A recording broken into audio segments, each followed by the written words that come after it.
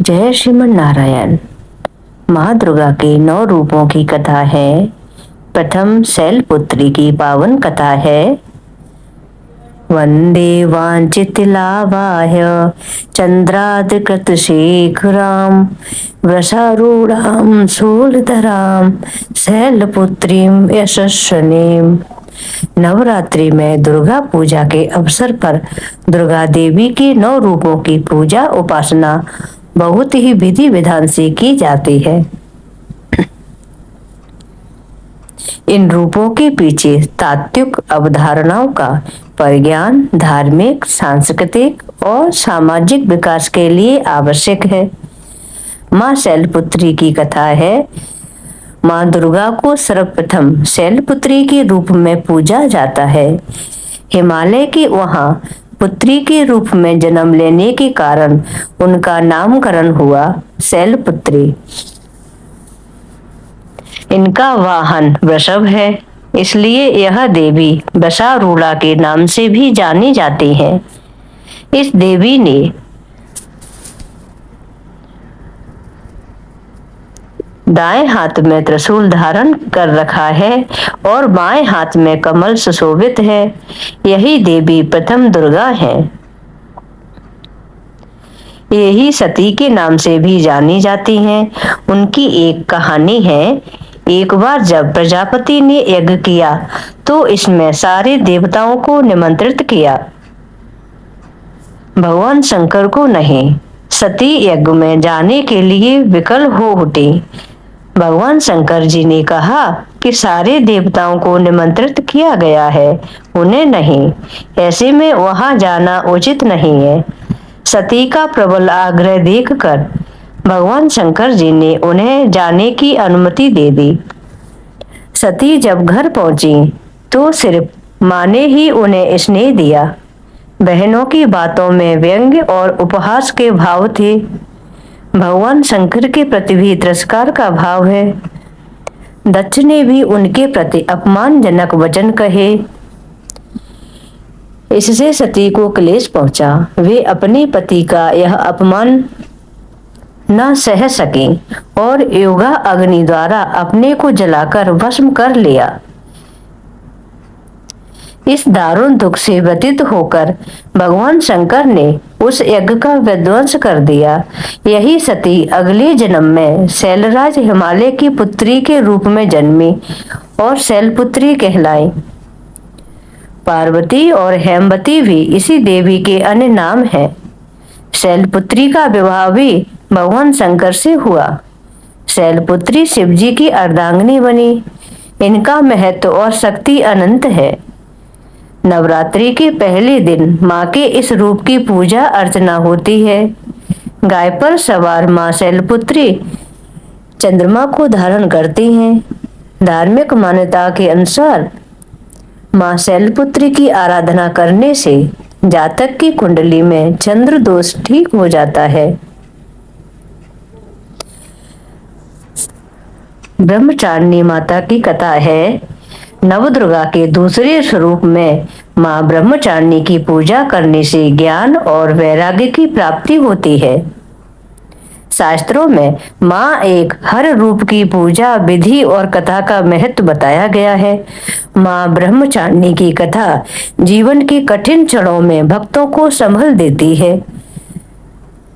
ब्रह्मचारिणी का अर्थ तप की चारणी यानी तप का आचरण करने वाली देवी का यह रूप पूर्ण ज्योतिर्मय और अत्यंत भव्य है। माँ के दाएं हाथ में जबकि माला और बाएं हाथ में यह कमंडल धारण किए हैं। पूर्व जन्म में इस देवी ने हिमालय के घर पुत्री रूप में जन्म लिया था और नारद जी के उपदेश से भगवान शंकर को पति रूप में प्राप्त करने के लिए घोर तपस्या की थी। इस कठिन तपस्या के कारण इन्हें तपचारिणी अर्थात ब्रह्मचारिणी नाम से जाना गया। 1000 वर्ष तक इन्होंने केवल फल फूल खाकर बिताए और 100 वर्षों तक केवल जमीन पर रहकर शाक पर निर्वाह किया। कुछ दिनों तक कठिन उपवास रखे और खुले आकाश के नीचे वर्षा और धूप के घोर कष्ट सहे। 3000 वर्षों तक टूटे हुए बेलपत्र खाए और भगवान शंकर की आराधना करती रहीं। इसके बाद तो उन्होंने सूखे बेलपत्र खाना भी छोड़ दिए। कई हजार वर्षों तक निर्जल और निराहार रहकर तपस्या करती रहीं। पत्तों को खाना छोड़ देने के कारण ही इनका नाम अपर्णा नाम पड़ गया। कठिन तपस्या के कारण देवी का शरीर एकदम क्षीण हो गया। देवता, ऋषि, सिद्धगण, मुनि सभी ने ब्रह्मचारिणी की तपस्या को अभूतपूर्व पुण्य कृत्य बताया, सराहना की और कहा कि हे देवी, आज तक किसी ने इस तरह की कठोर तपस्या नहीं की। यह आपसे ही संभव थी। आपकी मनोकामना परिपूर्ण होगी और भगवान चंद्रमौली शिवजी तुम्हें पति रूप में प्राप्त होंगे। अब तपस्या छोड़कर घर लौट जाओ। जल्द ही आपके पिता आपको लेने आ रहे हैं। लेकिन माँ ने तब तक तप समाप्त नहीं किया जब तक स्वयं शिवजी ने उन्हें साक्षात दर्शन नहीं दिए। उनसे आशीर्वाद मिलने के बाद माँ अपने घर की ओर प्रस्थान किया। माँ की कथा का सार यह है कि जीवन के कठिन संघर्षों में भी मन विचलित नहीं होना चाहिए। माँ ब्रह्मचारिणी देवी की कृपा से सर्व सिद्धि प्राप्त होती है। नवरात्रि के दूसरे दिन माँ ब्रह्मचारिणी की पूजा अर्चना होती है। माँ का यह स्वरूप मंगल ग्रह का स्वामी है। ब्रह्मचारिणी माँ की पूजा करने से लोगों की कुंडली में मंगली दोष का प्रभाव कम होता है। नवरात्रि के तीसरे दिन माँ चंद्रघंटा स्वरूप की पूजा होती है। चंद्रघंटा देवी का स्वरूप तपे हुए स्वर्ण के समान कांतिमय है। चेहरा शांत एवं सौम्य है और मुख पर सूर्य मंडल की आभा छिटक रही होती है। माता के सिर पर अर्ध चंद्रमा मंदिर के घंटे के आकार में सुशोभित हो रहा है, जिसके कारण देवी का नाम चंद्रघंटा हो गया। अपने इस रूप से माता देवगण, संतों एवं भक्तजन के मन को संतोष एवं प्रसन्न प्रदान करती हैं। माँ चंद्रघंटा अपने प्रिय वाहन सिंह पर आरूढ़ होकर अपने 10 हाथों में खड्ग, तलवार, ढाल, गदा, पाश, त्रिशूल, चक्र, धनुष भरे हुए तरकस लिए मंद मंद मुस्कुरा रही होती है। इस देवी की कृपा से साधक को अलौकिक वस्तुओं के दर्शन होते हैं, दिव्य सुगंधियों का अनुभव होता है और कई तरह की ध्वनियां सुनाई देने लगती हैं। इन क्षणों में साधक को बहुत सावधान रहना चाहिए। इस देवी की आराधना से साधक में वीरता और निर्भयता के साथ ही सौम्यता और विनम्रता का विकास होता है। इसलिए हमें चाहिए कि मन, वचन और कर्म के साथ ही काया को विहित विधि विधान के अनुसार परिशुद्ध पवित्र करके चंद्रघंटा के शरणागत होकर उनकी उपासना आराधना करना चाहिए। इससे सारे कष्टों से मुक्त होकर सहज ही परम पद के अधिकारी बन सकते हैं। यह देवी कल्याणकारी है। माँ चंद्रघंटा की पूजा करने से जातक के सभी पाप नष्ट हो जाते हैं और जन्म जन्म का डर समाप्त हो जाता है और जातक निर्भय बन जाता है।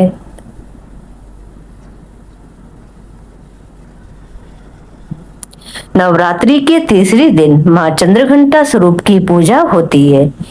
चंद्रघंटा देवी का स्वरूप तपे हुए स्वर्ण के समान कांतिमय है। चेहरा शांत एवं सौम्य है और मुख पर सूर्य मंडल की आभा छिटक रही होती है।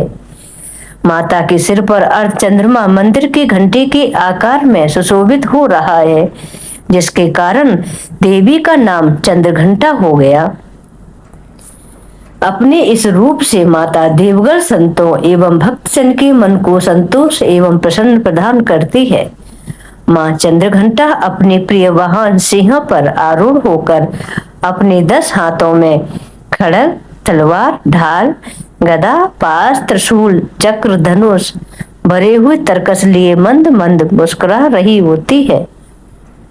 इस देवी की कृपा से साधक को अलौकिक वस्तुओं के दर्शन होते हैं, दिव्य सुगंधियों का अनुभव होता है और कई तरह की ध्वनियां सुनाई देती हैं। इन क्षणों में साधक को बहुत सावधान रहना चाहिए। इस देवी की आराधना से साधक में वीरता और निर्भयता के साथ ही सौम्यता और विनम्रता का विकास होता है।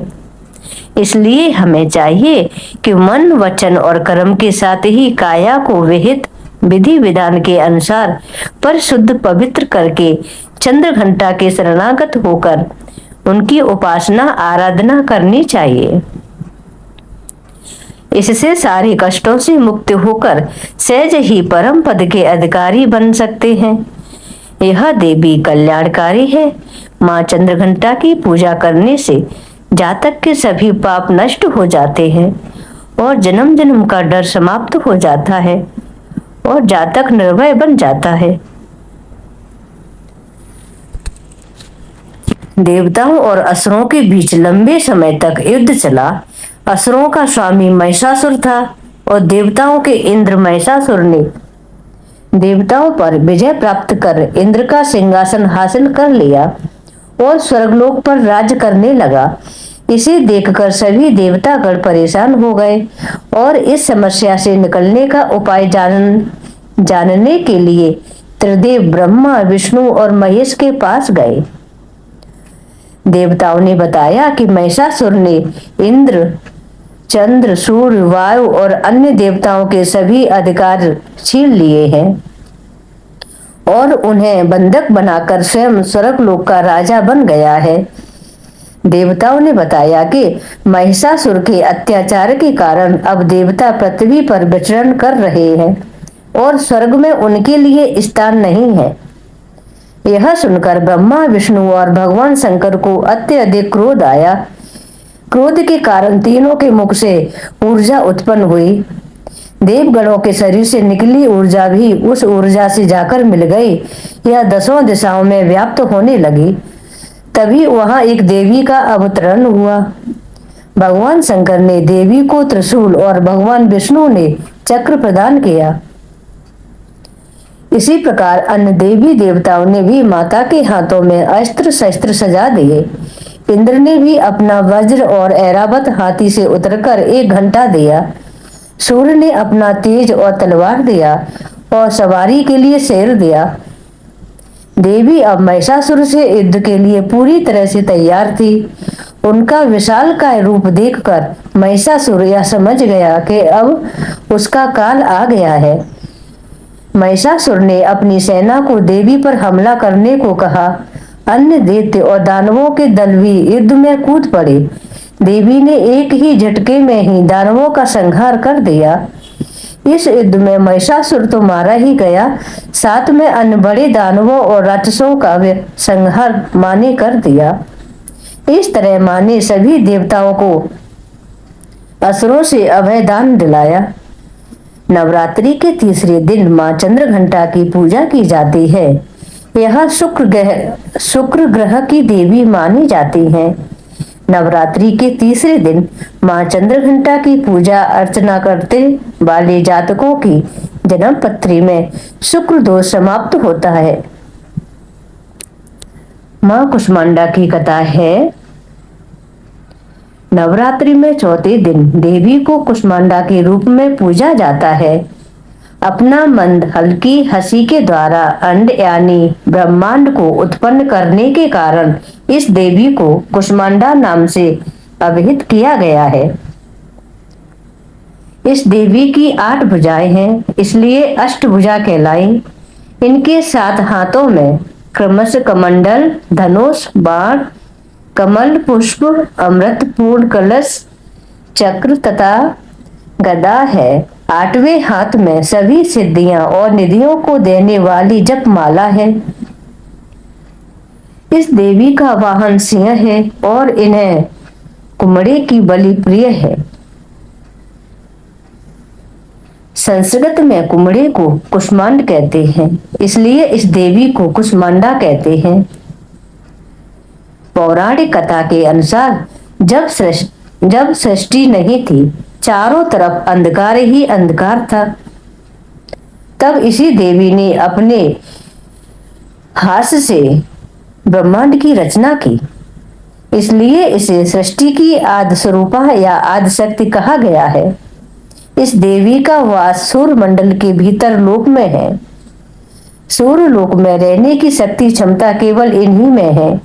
इसलिए इनके शरीर की कांति और प्रभा सूर्य की भांति ही दैदीप्यमान है। इनके ही तेज से दसों दिशाएं अलौकित है। ब्रह्मांड की सभी वस्तुओं और प्राणियों में इन्हीं का तेज व्याप्त है। अचंचल और पवित्र मन से नवरात्रि के चौथे दिन इस देवी की पूजा आराधना करनी चाहिए। इससे भक्तों के रोगों और शोकों का नाश होता है तथा उसे आयु, यश, बल और आरोग्य प्राप्त होता है। ये देवी अत्यल्प सेवा और भक्त से ही प्रसन्न होकर आशीर्वाद देती है। सच्चे मन से पूजा करने वाले को सुगमता से परम पद प्राप्त होता है। विधि विधान से पूजा करने पर भक्त को कम समय में ही कृपा का सूक्ष्म भाव अनुभव होने लगता है। ये देवी आदियों व्याधियों से मुक्त करती है और उसे सुख, समृद्धि और उन्नति प्रदान करती है। अतः इस देवी की उपासना में भक्तों को सदैव तत्पर रहना चाहिए। नवरात्रि के चौथे दिन मां कुष्मांडा की पूजा अर्चना की जाती है। कुष्मांडा मां सूर्य से संबंधित दोषों को ठीक करती हैं। जिन जातकों की कुंडली में सूर्य नीच का हो, उन्हें मां कुष्मांडा की पूजा से लाभ होता है। मां स्कंद माता की कथा है। नवरात्रि के पंचम दिन मां दुर्गा के स्कंद माता स्वरूप की पूजा की जाती है। स्कंद माता का स्वरूप सौंदर्य, अद्वितीय आभा के लिए सुवर्ण का होता है। वात्सल की मूर्ति है स्कंद माता। मान्यता अनुसार संतान प्राप्ति हेतु मां स्कंद माता की पूजा की जाती है। पहाड़ों पर रहकर सांसारिक जीवों में नवचेतना का निर्माण करने वाली स्कंद माता कहते हैं कि इनकी कृपा से मूढ़ भी ज्ञानी हो जाता है। स्कंद कुमार कार्तिकेय की माता के कारण इन्हें स्कंद माता नाम से अभिहित किया जाता है। इनके विग्रह में भगवान स्कंद बाल रूप में इनकी गोद में विराजित हैं। इस देवी की 4 भुजाएं हैं। ये दाई तरफ की ऊपर वाली भुजा से स्कंद को गोद में पकड़े हुए हैं। नीचे वाली भुजा में कमल का पुष्प है। बाईं तरफ ऊपर वाली भुजा में वर मुद्रा में है और नीचे वाली भुजा में कमल पुष्प है। इनका वर्ण एकदम शुभ्र है। एक कमल के आसन पर विराजमान है, इसलिए इन्हें पद्मासना भी कहा जाता है। सिंह इनका वाहन है। कुमार कार्तिकेय की रक्षा के लिए जब माता पार्वती क्रोधित होकर आदि शक्ति रूप में प्रकट हुई तो इंद्र भय से कांपने लगे। इंद्र अपने प्राण बचाने के लिए देवी से क्षमा याचना करने लगे। कुमार कार्तिकेय का एक नाम स्कंद भी है, इसलिए माता को मनाने के लिए इंद्र देवताओं सहित स्कंद माता नाम से देवी की स्तुति करने लगे और उनका इसी रूप में पूजन किया।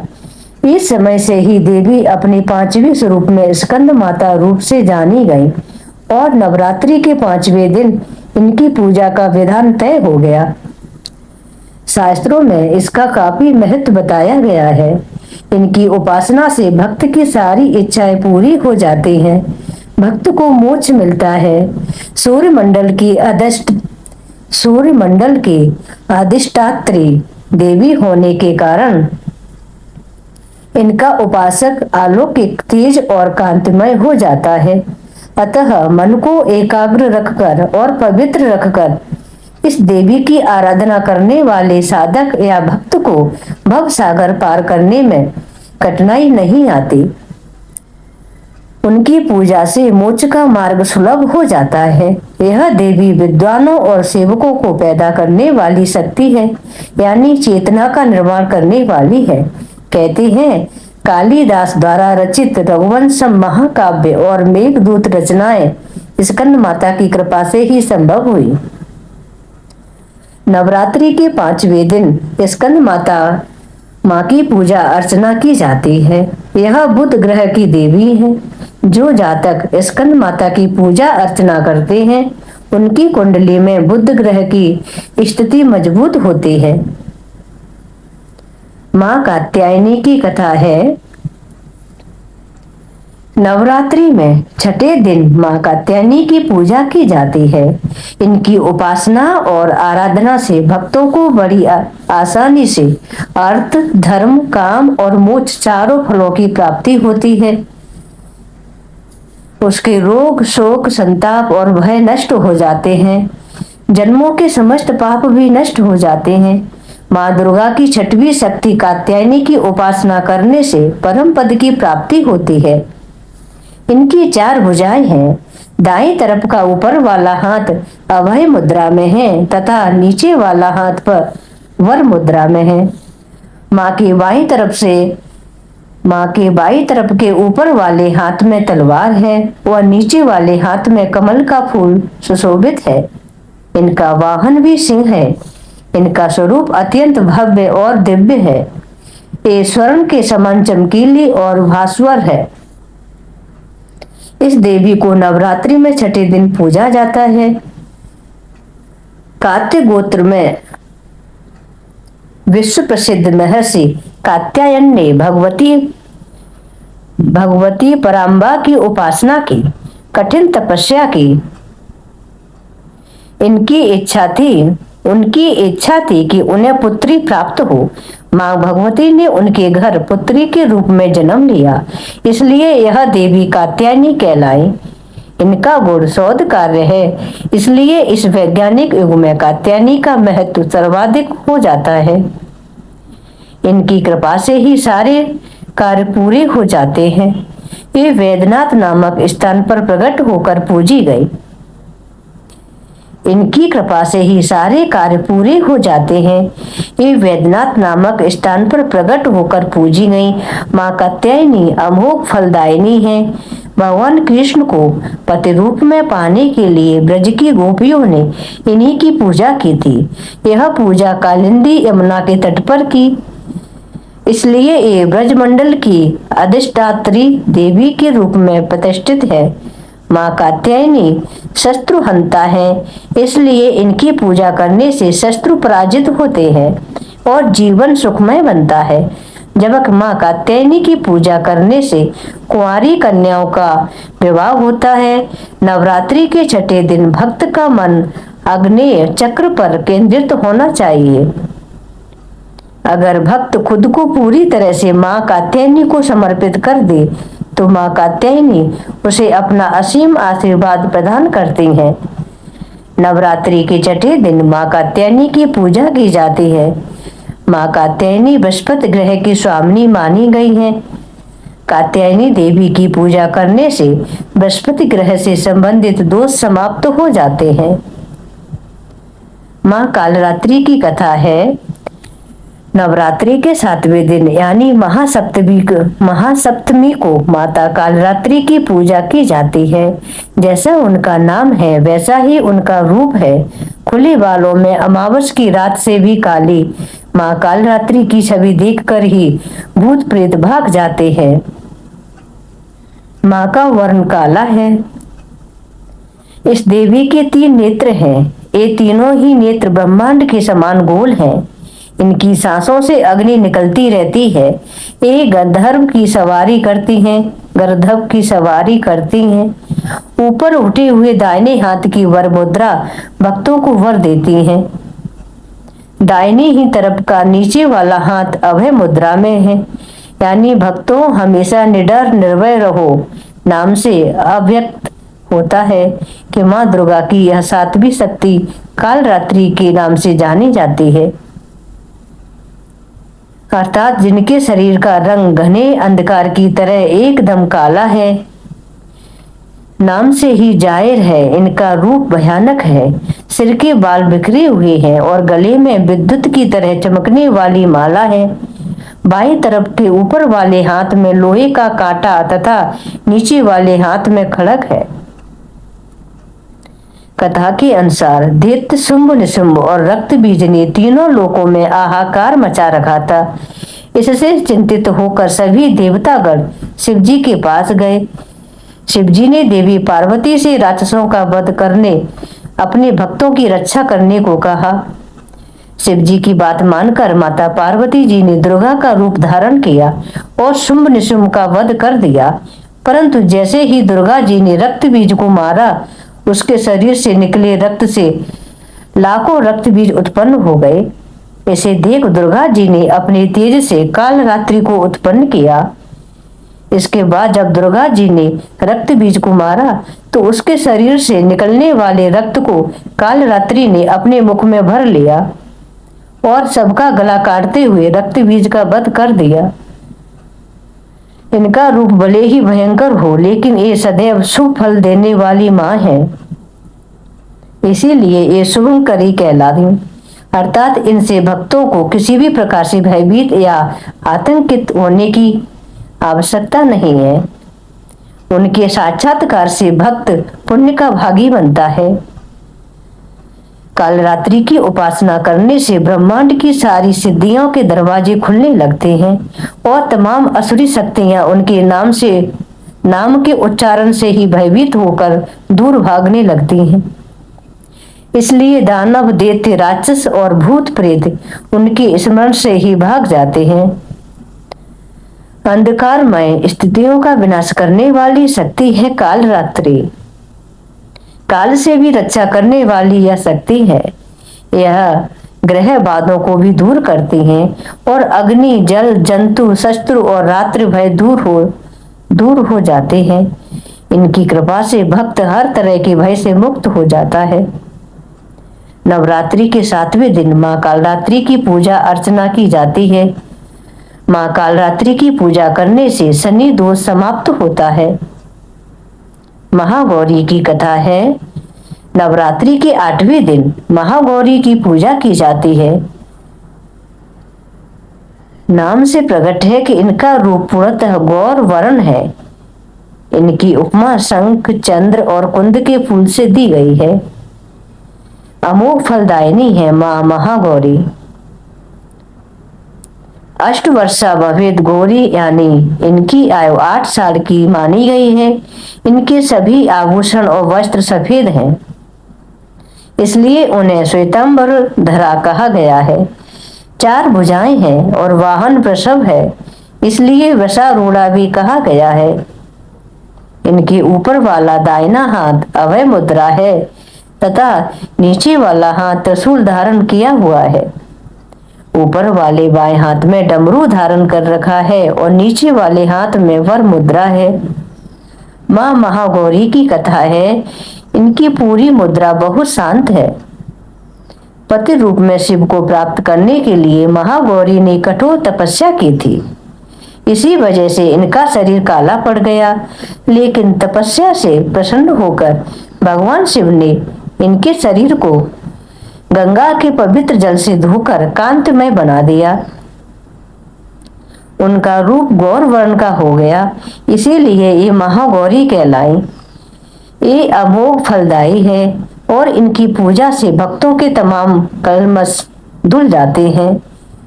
पूर्व संचित पाप भी नष्ट हो जाते हैं। महागौरी का पूजन, अर्चन, उपासना, आराधना कल्याणकारी है। इनकी कृपा से अलौकिक सिद्धियां भी प्राप्त होती हैं। नवरात्रि के 8वें दिन माँ महागौरी की पूजा करने का प्रचलन है। माँ महागौरी राहु की स्वामिनी मानी जाती हैं। जो जातक नवरात्रि के 8वें दिन माँ महागौरी की पूजा अर्चना करते हैं, उनकी जन्म पत्रिका राहु दोष समाप्त हो जाता है। माँ सिद्धिदात्री की पावन कथा है। माँ दुर्गा जी की 9वीं शक्ति का नाम सिद्धिदात्री है। ये सभी प्रकार की सिद्धियों को देने वाली हैं। नवरात्रि पूजन के 9वें दिन इनकी उपासना की जाती है। इस दिन शास्त्रीय विधि विधान और पूर्ण निष्ठा के साथ साधना करने वाले साधक को सभी सिद्धियों की प्राप्ति हो जाती है। सृष्टि में कुछ भी उसके लिए अगम्य नहीं रह जाता। ब्रह्मांड पर पूर्ण विजय प्राप्त करने की सामर्थ्य उसमें आती है। नव दुर्गाओं में मां सिद्धिदात्री अंतिम है।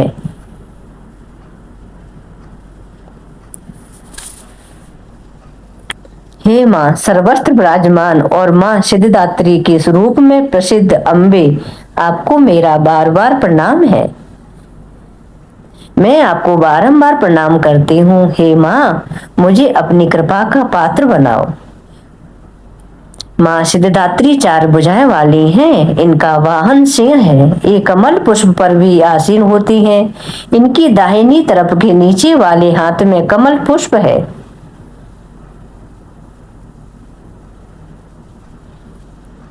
मार्कंडेय पुराण के अनुसार 8 सिद्धियां भी हैं।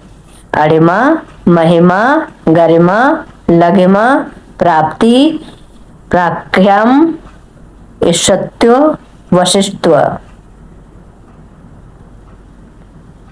इनके नाम है अणिमा, लघिमा, प्राप्ति, प्राख्याम, महिमा, ईशत्व, वासित्व, सर्व कामा सहायता, सर्वज्ञत्व, दूर श्रवण, परकाय प्रवेशन, वाक्य सिद्धि, कल्प वृक्षत्व, सृष्टि संहार करण सामर्थ्य, अमरत्व, सर्वन्यायकत्व, भावना सिद्धि। मां सिद्धिदात्री भक्तों और साधकों को ये सभी सिद्धियां प्रदान करने में समर्थ है। देवी पुराण के अनुसार भगवान शिव ने इनकी कृपा से ही इन सिद्धियों को प्राप्त किया था। इनकी अनुकंपा से ही भगवान शिव का आधा शरीर देवी का हुआ था। इसी कारण वे लोक में अर्धनारीश्वर नाम से प्रसिद्ध हुए। प्रत्येक मनुष्य का यह कर्तव्य है कि वह मां सिद्धिदात्री की कृपा प्राप्त करने का निरंतर प्रयत्न करता रहे, उनकी आराधना की ओर अग्रसर हो। इनकी कृपा से अनंत दुख रूप संसार से निर्लिप्त रहकर सारे सुखों का भोग करता हुआ वह मोक्ष को प्राप्त कर सकता है। मां सिद्धिदात्री की कृपा पात्र भक्त के भीतर कोई ऐसी कामना शेष बचती ही नहीं जिसे वह पूर्ण करना चाहे। वह सभी सांसारिक इच्छाओं, आवश्यकताओं और स्पृहाओं से ऊपर उठकर मानसिक रूप से मां भगवती के दिव्य लोकों में विचरण करता हुआ उनकी कृपा रस पीयूष का निरंतर पान करता हुआ विषय भोग शून्य हो जाता है। मां भगवती का परम सानिध्य ही उसका सर्वस्व हो जाता है। इस परम पद को पाने के बाद उसे अन्य किसी भी वस्तु की आवश्यकता नहीं रह जाती। मां के चरणों का यह सानिध्य प्राप्त करने के लिए हमें निरंतर नियमित रहकर उनकी उपासना करनी चाहिए। मां भगवती का स्मरण, ध्यान, पूजन हमें इस संसार की असारता का बोध कराते हुए वास्तविक परम शांतिदायक अमृत पद की ओर ले जाने वाला है। आज के युग में इतना कठिन तप जो कोई भी करता है वह मां की कृपा का पात्र बनता ही है। अन्य 8 दुर्गाओं की पूजा उपासना शास्त्रीय विधि विधान के अनुसार करते हुए भक्त दुर्गा पूजा के 9वें दिन इनकी उपासना में प्रवृत्त होते हैं। इन सिद्धिदात्री मां की उपासना पूर्ण कर लेने के बाद भक्तों और साधकों की लौकिक परलौकिक सभी प्रकार की कामनाओं की पूर्ति हो जाती है। नवमी के दिन मां सिद्धिदात्री की पूजा की जाती है। देवी के इस स्वरूप को केतु ग्रह की स्वामिनी माना गया है। जो जातक नवमी के दिन मां सिद्धिदात्री की पूजा अर्चना करते हैं उनके जीवन से केतु का दोष हट जाता है। बोलिए नव दुर्गा मैया की जय। जय मां भवानी।